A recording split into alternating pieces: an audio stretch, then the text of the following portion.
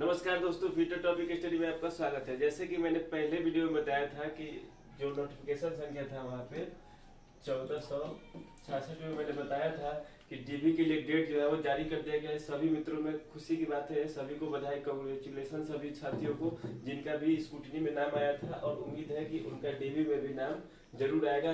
जो भी आपने ऑब्जेक्शन था उसको दूर सर्टिफाइड किया होगा बीटीएससी को, तो आपका नाम डीबी में जरूर आएगा। हम इस वीडियो में बात करेंगे कि डीबी के लिए कौन कौन से डॉक्यूमेंट जो है जरूरी है। अगर आपका कोई डॉक्यूमेंट्स नहीं है तो हम उसके बारे में भी बात करेंगे कि उसका क्या सोल्यूशन है, उसके सोल्यूशन में भी बात करेंगे। वीडियो को ध्यान से देखते जाइएगा, जितने भी पॉइंट हैं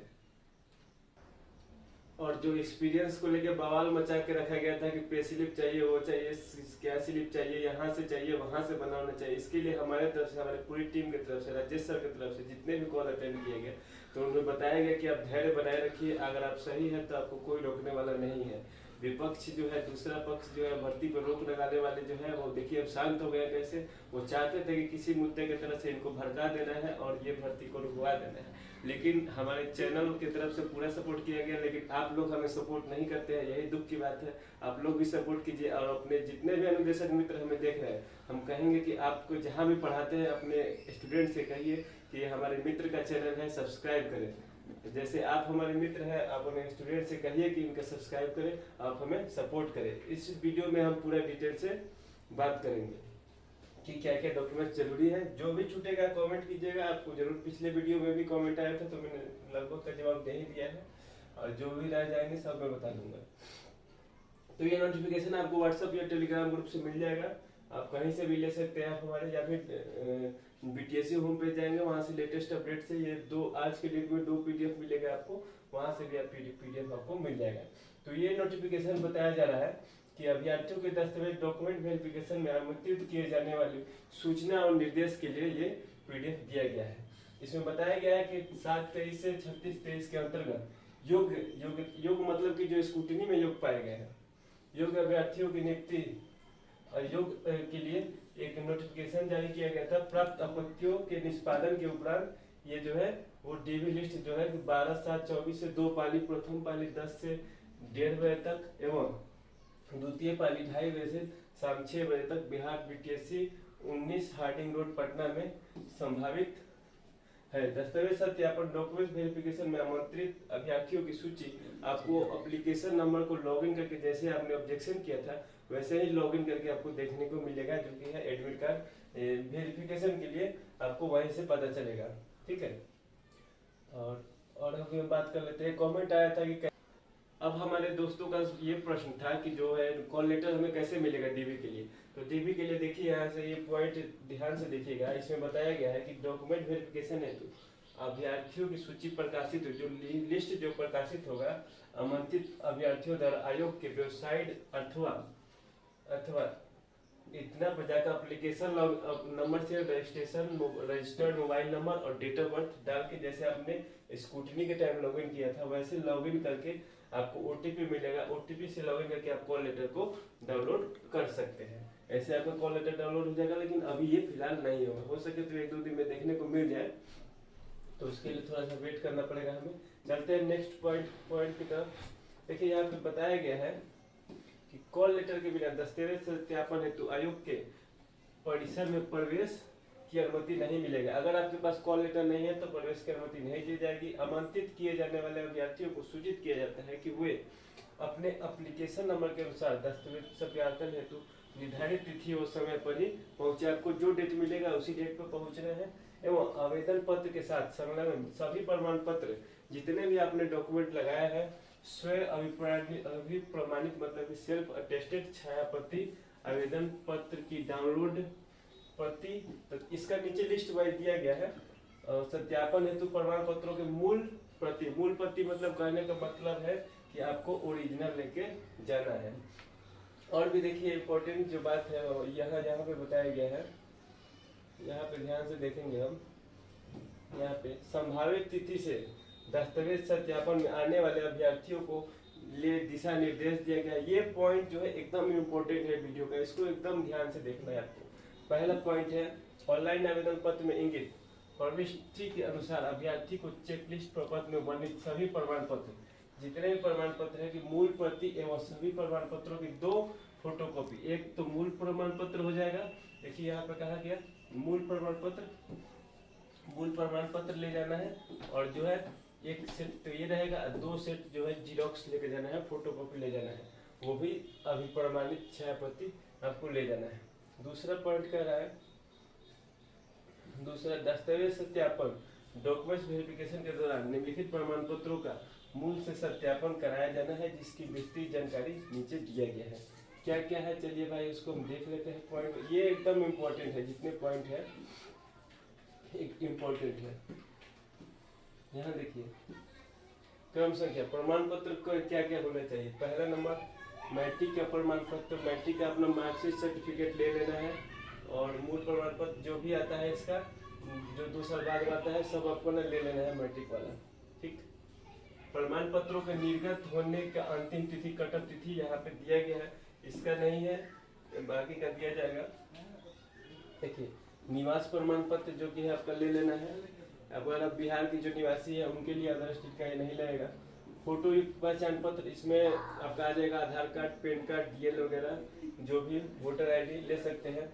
शैक्षणिक योग्यता प्रमाण पत्र, संबंधित व्यवसाय का राष्ट्रीय शिक्षित प्रमाण पत्र या राष्ट्रीय व्यवसाय प्रमाण पत्र, मतलब कि यहाँ पे आईटीआई का मांगा गया है। आईटीआई का जो है वो एनसीबीटी या एससीबीटी जो भी है आपके पास वो लेके जाना है। ठीक, चलते हैं। अब ऊपर कह रहा है कि यहाँ से देखेंगे, चलो पॉइंट 4 में 2 नंबर देखेंगे कि उपयुक्त कंडिका 1 में अंकित अर्हता के सभी वर्षों की उत्तीर्णता का प्रमाण पत्र। कंडिका 1 में क्या है, तो कंडिका 1 में जो है आईटीआई के सर्टिफिकेट के बारे में बताया गया है, तो उसको सभी को ले लेना है। ठीक है, अब इसका देखिए कब तक होना चाहिए, ये 3/8/2023 के पहले तक का होना चाहिए। देखिए अब यहाँ पे हम पॉइंट 5 पे चलते हैं। यहाँ पे सीआईटीएस का प्रमाण पत्र, सीआईटीएस प्रमाण पत्र देखिए 3/8/2023 तक का होना चाहिए। अब कितने साथी थे मेरे दोस्त जो कि 22-23 सेशन के पास है, कब के पास है, 2022 और 2023 के पास है, उनका प्रमाण पत्र आया है 7/8/2023 को। तो वो लोग भी कॉल किए थे कि क्या हम एलिजिबल है, तो आप एलिजिबल नहीं है इसके लिए, क्योंकि नोटिफिकेशन में साफ दिया गया है जो कि सीआईटीएस है आपका 3/8/2023 तक कंप्लीट होना चाहिए, और 22-23 का रिजल्ट आया है डॉक्यूमेंट पे वो 7/8/23 का है, उनको डिस्क्वालीफाई कर दिया गया है इस कारण से। तो इस बात को ध्यान रखना है, नोटिफिकेशन में साफ दिया गया है तो इसमें कोई बदलाव नहीं होगा। देखिए कहा जा रहा है कि संबंधित व्यवसाय में craft instructor training scheme CITS का अंक पत्र नोट। आवेदन में सीआईटीएस का दावा करने वाले अभ्यर्थी तो जिन्होंने सीआईटीएस कहा है कि मेरे पास है उन्हीं के लिए है, जो नन सीआईटीएस है उनको सीआईटीएस का प्रमाण पत्र नहीं लगेगा। इसमें साफ क्लियर कर दिया गया है, परेशान ना हो कि हमें भी सीआईटीएस, हमने तो बिना सीआईटीएस भरा था। तो चलते हैं पॉइंट 6 नंबर पे। जिस भी पॉइंट पे दिक्कत हो आप पॉइंट लिख दीजिएगा और कमेंट कर दीजिएगा, डिटेल्स में बता दिया जाएगा आपको। कहा है कि 3 वर्ष का अनुभव प्रमाण पत्र जो है वो राज्य सरकार, भारत सरकार मान्यता प्राप्त किसी भी उद्योग संस्थान से संबंधित क्षेत्र में कहीं से भी हो, राज्य सरकार से भी हो चाहे भारत सरकार से भी हो, आपके पास होना चाहिए। तकनीकी अध्यापक या प्रशिक्षक के रूप में न्यूनतम 3 वर्ष का अनुभव प्रमाण पत्र। अनुभव जो कि है कब तक होना चाहिए, दिनांक 3/8/23 तक। आवेदन करने वाले अभ्यर्थियों के लिए 3/8/23 तक ही होना चाहिए। आरक्षण के लिए भी यही अनुभव में जो अनुभव मांगा गया है वही लगाना है, ज्यादा दिमाग नहीं लगाना है। पे स्लिप वगैरह ये सब का जो एक्सपीरियंस है वो आपके पास वो दे देना है, ज्यादा टेंशन लेके जाइएगा तो आप खुद फंस जाइएगा। जो है आप उसको वहाँ पे दीजिए, क्योंकि आपने पहले से अपलोड कर रखा है डॉक्यूमेंट, है ना। हाँ, नहीं तो आपको कितने लोग गुमराह करेंगे कि इस तरह का होना चाहिए, ऐसा फॉर्मेट होना चाहिए। जैसा फॉर्मेट आपके पास है वही सही है। आरक्षण के दावा संबंधी प्रमाण पत्र, जाति प्रमाण पत्र जो कि SC ST OBC में आते हैं तो उनके लिए भी यही डेट रहेगा 3/8/2023 के पहले तक का आपको होना चाहिए, पहले वाला ही लेके जाना है। अब कितने लोग हमारे कहेंगे कि मेरा तो RO लेवल का है, मेरा SDO लेवल का है, और मेरे कहेंगे कि मैंने तो DM लेवल का बनवाया नहीं, क्योंकि ये 3 स्टेप है हम बिहार में बनने का। पहले RO लेवल का बनवाना पड़ता है, फिर SDO लेवल का बनवाना होता है, तब DM लेवल का। अगर आपके पास RO लेवल का भी है तो कोई बात नहीं, इससे काम हो जाएगा।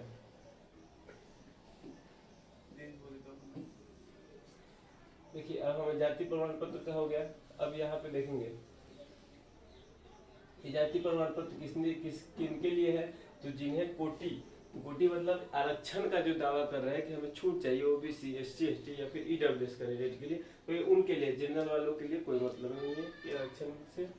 और कार्य अनुभव श्रम संसाधन विभाग के अंतर्गत निदेशालय नियोजन प्रशिक्षण के अधीन औद्योगिक प्रशिक्षण संस्थानों में व्यवसाय और निदेशक के पद पर संविदा वालों के लिए, ये संविदा वालों के लिए बताया गया है, संविदा वालों के लिए है जो विहित पद में अनुभव प्रमाण पत्र नोट आवेदन में संविदा पर कार्यरत होने का अनुभव दावा करने वाले, ये संविदा वालों के लिए है। संविदा वालों के कैंडिडेट की संख्या कम है, तो ये इस 8-9 पॉइंट से आपको कोई मतलब नहीं है। और वही हम यहाँ पे देखेंगे ए और बी इसमें बताया गया है। इसमें बी बताया गया कि अगर आप SC/BT के हैं तो आपने जो आरक्षण संबंधी है, आपका आरक्षण वाला सर्टिफिकेट लगेगा, वो दिनांक 3/11 तक आपका फॉर्म चला था, तो आप 3/11 तक का डॉक्यूमेंट लगा सकते हैं, लेकिन SC/BT वाले नहीं लगा सकते आरक्षण का, क्योंकि SC/BT का अप्लाई NC/BT का पहले अप्लाई हुआ था, SC/BT का बाद में हुआ था। अब पॉइंट 9 देखेंगे। अगर आप PWD है, दिव्यांगता प्रमाण पत्र है, तो आवेदन में दिव्यांगता का दावा करने वाले अभ्यर्थियों हेतु जो अपना सर्टिफिकेट है वो ले जाएंगे, और बाकी सेम रहेगा। आप जबकि भी NC/BT वाला है तो पहले वाला डेट रहेगा, SC/BT है तो बाद के डेट से हो जाएगा। स्वतंत्रता सेनानी के प्रमाण पत्र वही है। ऑनलाइन फॉर्म की प्रति, देखिए ऑनलाइन जो एप्लीकेशन फॉर्म होता है उसकी प्रति आपकी नहीं है, तो मैंने कहा था कि वो कहाँ से मिलेगा, तो इसका ढूंढने का एक ही तरीका है कि इसका जब फॉर्म अप्लाई हुआ था 3/8 आप देख रहे हैं वहाँ तक, तो अपने मोबाइल में उस डेट पे जाइए, क्योंकि उस नाम से सेव नहीं होता है। उस डेट पे आपने देखिए फॉर्म किस डेट पर, या फिर 1 महीने के अंदर का पूरा PDF जो है अपना चेक कर डालिए, या फिर जहाँ से आपने फॉर्म फिल अप्लाई किया था वहाँ पे भी एक बार चेक कर लीजिए, क्या पता उनके सिस्टम में उस डेट में हो। तो थोड़ा सा मेहनत कर लीजिए ऑनलाइन फॉर्म की प्रति के बारे में। और अगली बार के लिए बता दूं कि आप जो भी फॉर्म की प्रति हो गूगल ड्राइव में अपना सेव करके न रखा करें। और दूसरी 12 नंबर पॉइंट, ऑनलाइन फॉर्म में अपलोड किए गए फोटोग्राफ की 5 प्रति, मतलब बता दिया गया है कि फोटो जो है वो दूसरा नहीं ले जाना है, जो भी आपने फॉर्म में दिया था वही फोटो जो है वो कितना ले जाना है, 5 प्रति ले जाना है, 5 पीस आपको ले जाना है, ठीक है, 5 पीस फोटो ले लेना है।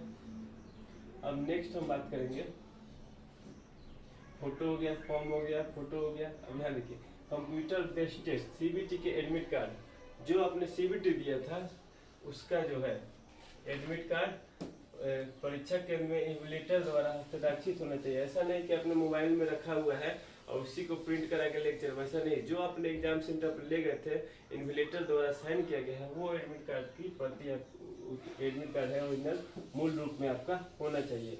14 नंबर है कंप्यूटर बेस्ड टेस्ट का स्कोर कार्ड, जो स्कोर कार्ड जारी किया गया था वो भी आपसे मांगा जा रहा है, तो स्कोर कार्ड को भी आपको ले जाना है। यही जो पॉइंट है वो जो मैंने अभी बताया 14 तक, ये इम्पोर्टेंट है। इस पॉइंट में अगर कहीं भी डाउट हो तो आप कहिएगा कि 1 से 14 वाले पॉइंट में, इतने पॉइंट में थोड़ा जरा क्लियर किया जाए। अगर आपको कोई डाउट मेरे तरफ से तो नहीं होना चाहिए, फिर भी अगर कोई रह जाए तो थोड़ा सा हम नीचे देख लेते हैं, नीचे क्या बताया गया है। यहाँ देखिए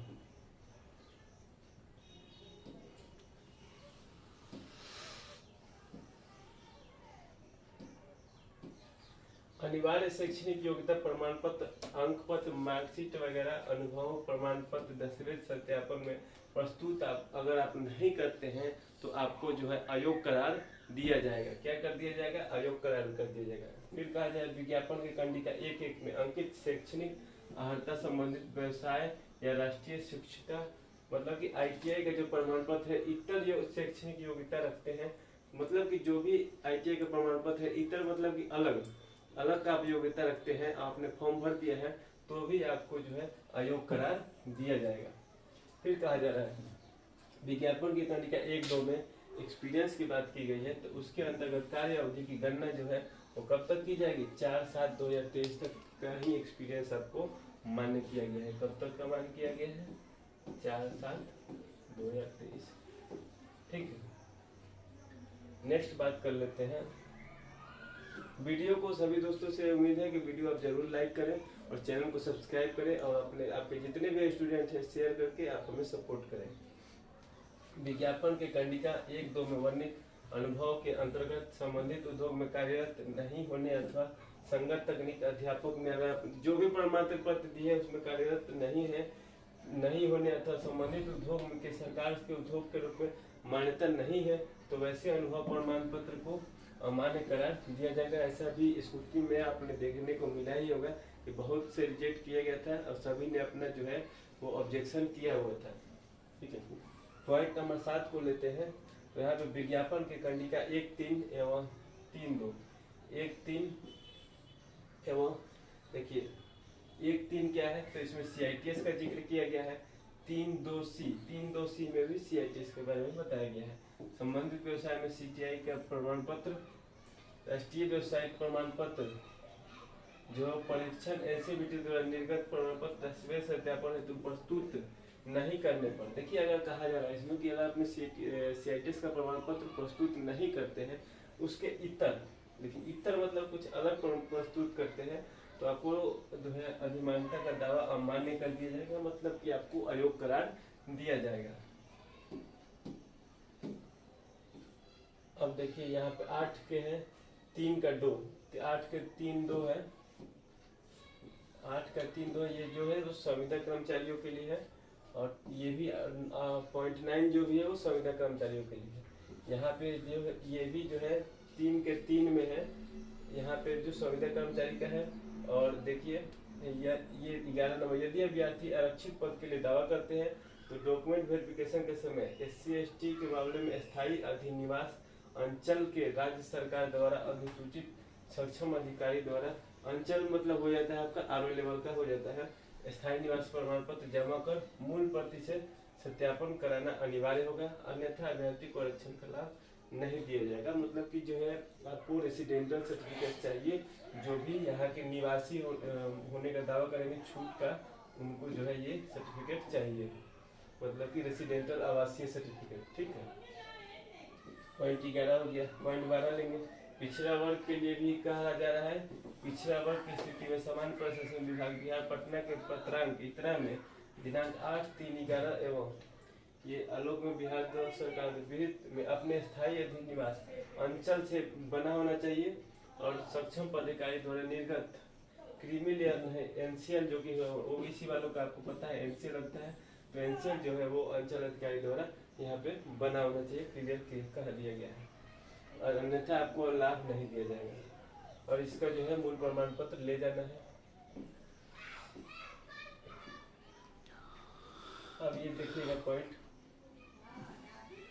आयोग द्वारा निर्धारित तिथि या पाली में अभ्यर्थी को दस्तावेज सत्यापन डॉक्यूमेंट्स वेरिफिकेशन करवाना अनिवार्य होगा।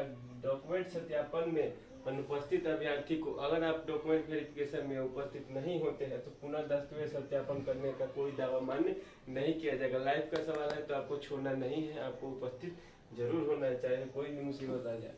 14 नंबर का आवेदन प्रपत्र में वर्णित सभी प्रमाण पत्रों के दस्तावेज सत्यापन के समय कहा जा रहा है कि मूल रूप से प्रस्तुत करना अनिवार्य है। मूल रूप से मतलब कि ओरिजिनल सभी होने चाहिए, कोई भी जिरोक्स मान्य नहीं होगा। दस्तावेज सत्यापन में प्रमाण पत्र नहीं प्रस्तुत करने पर या त्रुटिपूर्ण मतलब कि उसमें कुछ छेड़छाड़ की गई हो या फिर गलत हो करने की दशा में कोई प्रमाण पत्र आयोग द्वारा स्वीकार नहीं किया जाएगा। नेक्स्ट पॉइंट देखते हैं। नेक्स्ट पॉइंट का है, निर्देशों का अनुपालन नहीं करने वाले अभ्यर्थियों के अर्हता संबंधी निर्णय लेने हेतु आयोग स्वतंत्र है। मतलब कि आपको अगर आप निर्देश का पालन नहीं करते हैं तो आयोग आपके खिलाफ कोई भी कठोर कदम उठा सकते हैं, इसके लिए आयोग स्वतंत्र है, ये बता दिया गया। यहाँ देखिए, किसी प्रकार की त्रुटि पाए जाने पर संबंधित आवेदक की अभ्यर्थिता रद्द कर दी जाएगी। दस्तावेज सत्यापन हेतु आमंत्रित किए जाने वाले अभ्यर्थियों की अभ्यर्थिता पूर्णतः औपबंधिक है। दस्तावेज सत्यापन में शामिल होने से मात्र उनकी अर्हता संपुष्ट नहीं होती। मतलब कि डॉक्यूमेंट वेरिफिकेशन करा लेने से आप ये नहीं होगा कि आपको ज्वाइनिंग लेटर मिल रहा है, उसके बाद भी कुछ अभी हो सकता है। दस्तावेज सत्यापन के समय या उसके बाद उनकी अर्हता पर यथासंभव आवश्यक निर्णय लेने का अधिकार मतलब कि आप डीवी के लिए नाम आ गया तो आप दावा नहीं कर सकते हैं कि मेरा ज्वाइनिंग हो ही रहा है। ठीक है, बीटीसी के यही कहने का मतलब है। देखिए 10 डॉक्यूमेंट वेरिफिकेशन में अगर त्रुटि है तो आपको जो है अयोग्य ठहरा दिया जाएगा। और ये भी बताया गया है, ध्यान से देखिएगा ये पॉइंट को, दस्तावेज सत्यापन डॉक्यूमेंट वेरिफिकेशन हेतु आमंत्रित अभ्यर्थी को छोड़कर अन्य किसी भी व्यक्ति को डॉक्यूमेंट सत्यापन स्थल में प्रवेश नहीं दिया जाएगा। आपके साथ कोई जाएगा तो उसको एंट्री नहीं मिलेगा। इसके बाद ध्यान रखना है ये पॉइंट।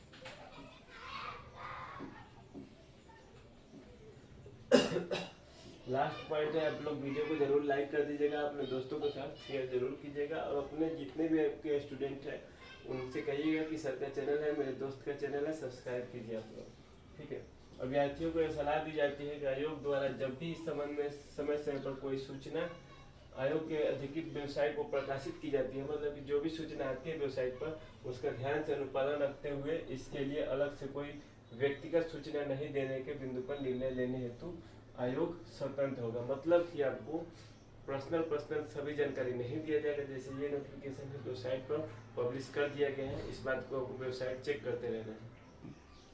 देखिए हमने पूरा डिटेल्स आपको पॉइंट बाय पॉइंट समझा दिया है। 2 मिनट का टाइम और लेंगे आपसे, ठीक है, परेशान नहीं होइएगा। हमने जितने भी डाउट है मैं चाहता तो ऊपर का केवल डाउट क्लियर कर देता, लेकिन फिर आप इसमें कंफ्यूज होते और फिर इधर उधर भटकते। भटकने से अच्छा है मेरा दोस्त भटके, मुझे अच्छा खुद ही नहीं लगता।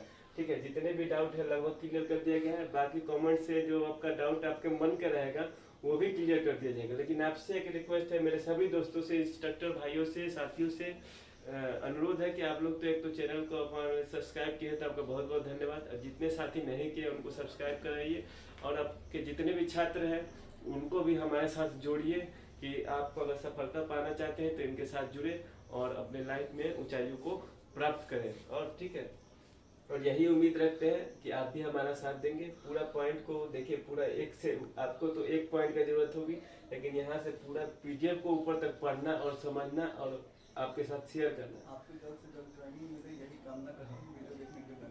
और हम यही कामना करते हैं कि आप जल्द से जल्द ज्वाइन करें, सबके घर में मिठाइयाँ बटे, यही हमारी कामना है। यही ट्विटर टॉपिक स्टडी चाहती है कि जितने लोग हैं इस भर्ती में जुड़े हुए सब जल्दी से जल्दी ज्वाइन करें। अपने कमेंट में लिखें। ठीक है, वीडियो देखने के लिए बहुत बहुत धन्यवाद।